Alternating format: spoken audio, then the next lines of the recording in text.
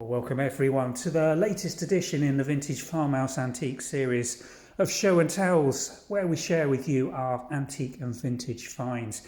There's lots to show you this week, and it's including this absolutely spectacular Pekin Sketches china made by John Clemenson here in Staffordshire.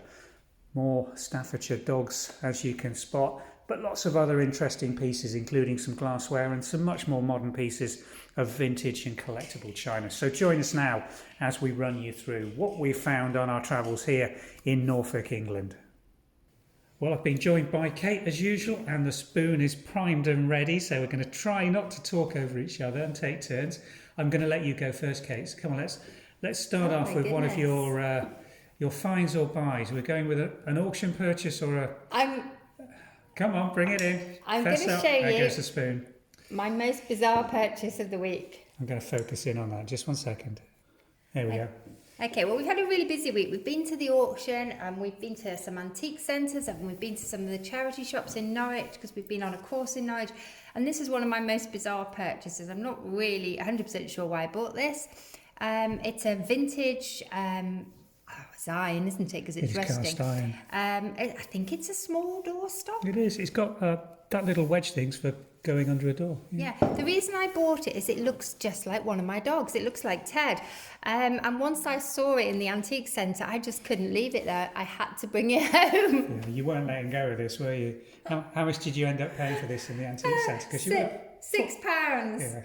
I paid £6 for this one, but it's worth at least £3. Looking at it, it is actually quite rusty. So it has, I think it's got a bit of age to it, but I'm not sure it was my best buy ever. An emotional purchase. It was an emotional purchase. It's a cute looking thing. It's got some age to it. I don't think it's brand new. I don't think it's an antique. Can't tell with these things. There's no maker's marks on it. I've had a quick look on the back, and it's quite a Victorian-looking little dog, but I don't think it's. I don't think it's that old. It's had a I think life. It's modern. The paint on the back looks fairly modern. Yes. Okay. Vintage, maybe more than modern. He's cute. Interesting He's cute. piece. But yes. Do you want my next bizarre purchase? I did make 2 of them. Okay, come on. Same shop. Same shop. I got a bit carried away in the antique centre. I just love the colours in this little tea caddy. It's not particularly old. It's actually tells you on the bottom. It's from 1991. I think it probably came with some nice tea bags in it, or possibly some sweets, but because of the blue and white china on it, I think I just connected with the colours. So I just really thought it was a cute little tea caddy. So it is Very dinky, isn't it? 33 years old. I'm surprised when you looked on the base and saw it was that old. I thought it was going to be more modern than that. In very nice condition, nice and clean, very usable. Beautiful colours. And does tie very nicely with some of Mike's purchases, which we'll have a look at next. Okay, well, let's have a look. What have I got coming through? I think we need to go blue and white. Blue and white? Look, to go in with my little tea caddy. Well, maybe we should do the big blue and white. You'll see what I mean if I leave it next to them. Look at that. See the colour? Yes, that's what got me. Look at that. Take it. Well, that's wan on the front, yeah. Which we haven't got in this set. What we have got are these absolutely spectacular pale blue and white dinner plates and little dessert plates with them. There are 4 of these in the set. The big platter that we'll show you in a minute, and these little side or dessert plates, which are just absolutely delightful. The moulding on these, the dragooning round the rims. They were made by Clemenson, and the design is one called Pekin Sketches, from a series of oriental sketch designs that they were producing.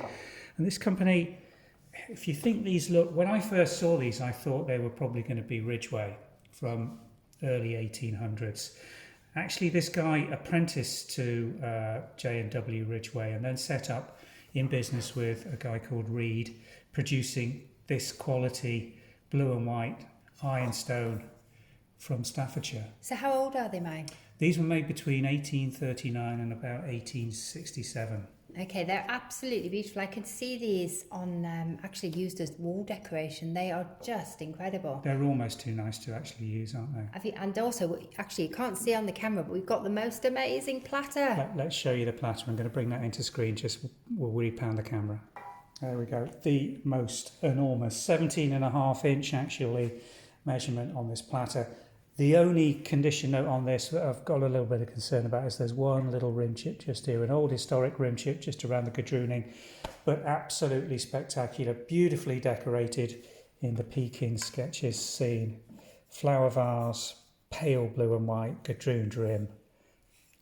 Again, very usable, but would also look beautiful displayed. It's an absolute work of art, This is a isn't it? display piece, isn't it? The only other one I've seen, I've done some research on this, is on the internet. It's being sold in America.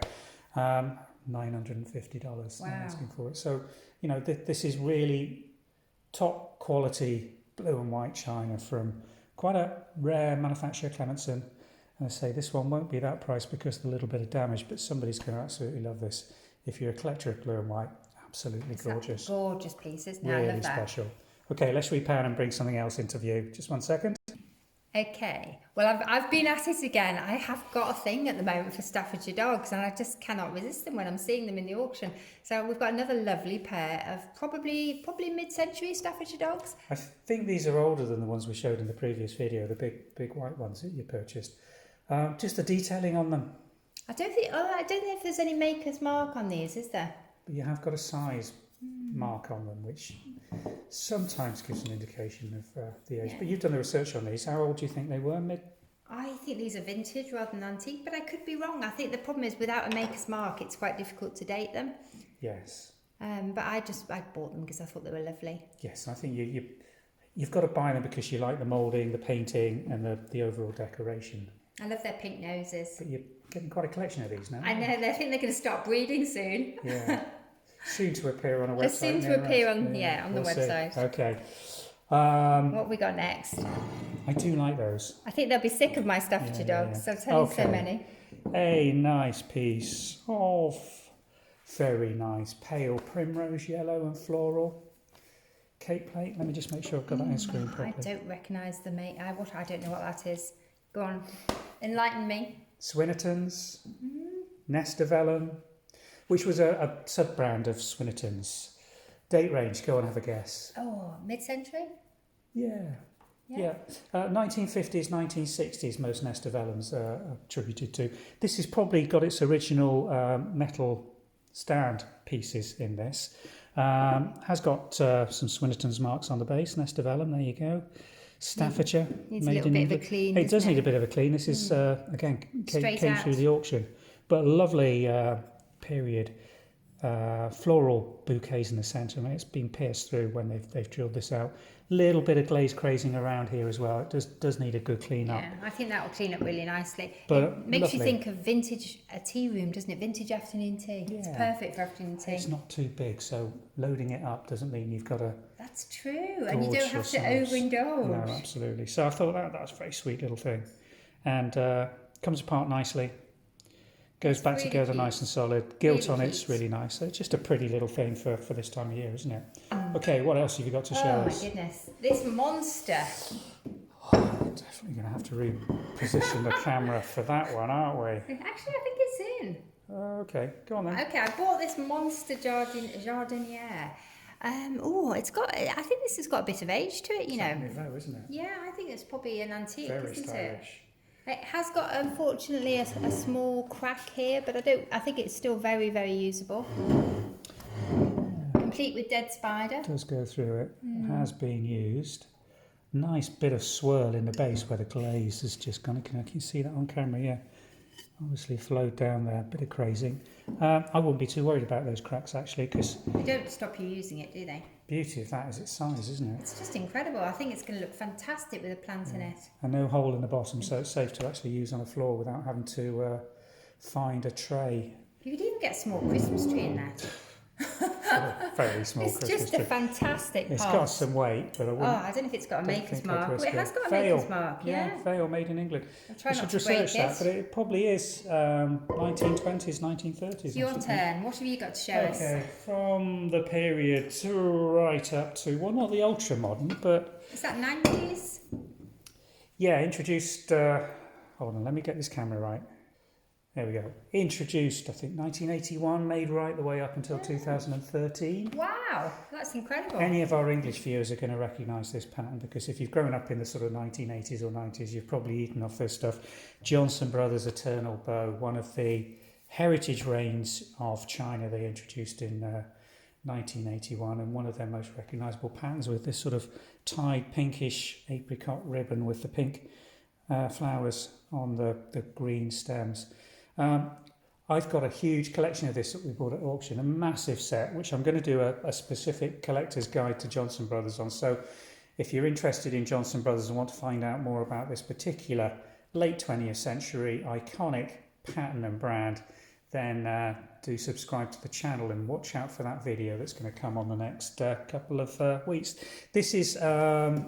it's very practical, isn't it? Incredible, dishwasher proof, robust. A lot of it's oven proof, so it's very practical. You can use it every day. They made this across kitchenware, ovenware, freezerware, teaware. They also made decorative household things, vases. Probably one of the most popular China patterns ever. Yeah.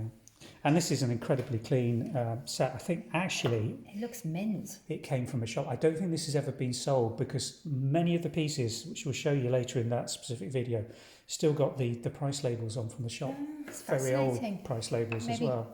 Maybe somebody collected it and just didn't use it. No, I think it was a shop store stash of Johnson Brothers that finally came to auction. So absolutely mint. Be excited to go through it, right? Yeah, lots and lots of that. I've got two more items to show you. What's next then? I don't know whether to show you this.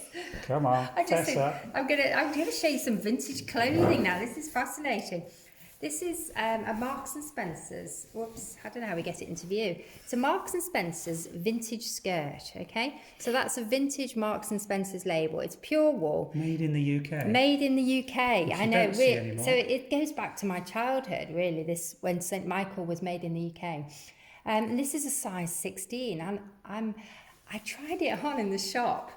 Because it didn't look, sorry, I'm not showing it, didn't look that big, and it's a really beautiful skirt. What's it made from? It's pure wool. Pure wool. And it's lined, and it's just the quality of vintage Marks and Spencer's is fantastic, or vintage St Michael. And you know, nowadays it would be a 10 to 12. It really brings it home to us how the sizes have changed. And if you're buying vintage clothing, you need to be so careful. You need to try them on because the vintage sizes are so much smaller. The sizes have got bigger so that we're not aware that we're getting bigger, but actually a modern size 12 is probably a vintage size 16. Depends on the era and dates, doesn't it? And the maker. It's incredible. Yes. It is incredible though. They've been complimenting you for decades now in terms of what your actual size. So anyway, I've shown you my vintage skirt. What are you going to show us now, Mike? Let's go for a bit of glass. Come on then. This one first. They're looking at a blank table at the moment. Okay, what do you think of that? It's a nice piece It's of blue a glass. striking piece, isn't it? Again, nice for sort of an afternoon tea, putting sandwiches or cakes on. Doesn't it catch the light beautifully? Just with that little bit of under surface moulding that they've picked up on. Again, I'd probably put that mid-century. Or do you think it's older than that? I think it could be a little older. I think this could be 1920s, 1930s. Can't ever be absolutely certain with glass because a lot of it was made over a long period of time. But this is beautifully moulded. With some damage on the bottom, unfortunately. Oh, careful there. Yeah, it's pretty sharp down there, isn't it? So it might not make it as far as the website's concerned. It might not make it to the website. It's a shame. But it was part of a mixed lot of auction pieces that we bought. And I just picked this out to show you because you don't always, when you're looking at a mixed lot in auction, go through absolutely everything. And you may be concentrating on certain pieces in it and other bits just come along as consequential buys. That was just came along with something else that we were after, I think. But the dogs, I think it was. Absolutely. Oh, show us the other cake stand because I love that one. This is a proper antique cake stand. This one, I have checked this one over and know this is absolutely perfect. What a striking shape and size piece.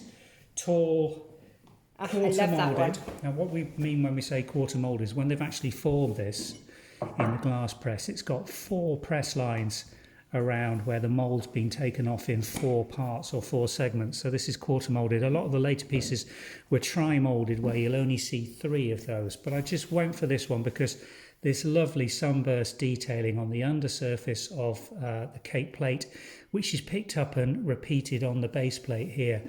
And just lovely bit of detailing, the single knot moulding on the stem, and then this beautiful clear glass with quite a few inclusions and air bubbles in it, and then the lip that must have been formed manually around the top with a pair of pincers. So it's got an element. I think it's got quite a bit of age to it as that. It's an old one, yeah. I think it is an old one. Victorian, could even be older than that. Could even be Georgian.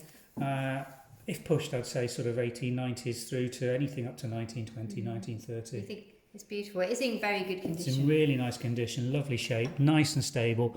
Not a completely flat plate surface. So I mean, it could have been used as a syllabub Taza stand as well. But It's beautiful. in this day, it's a good size, nice tall cake stand. Lovely piece, nice clear glass, and in lovely condition. That one. I'm bringing out this is something that came with the dogs. You might have to pan out, Mike. I don't know if you're going to be able to Let me see it. reposition the camera.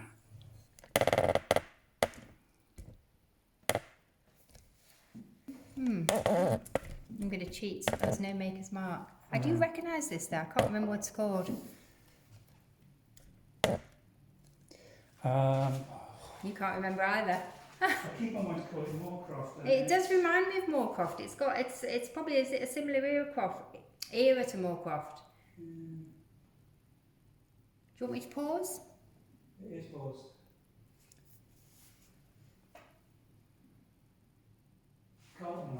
Carltonware, that's it. What period is it? Mid-century? 1960s and 70s. Oh no, 1930s.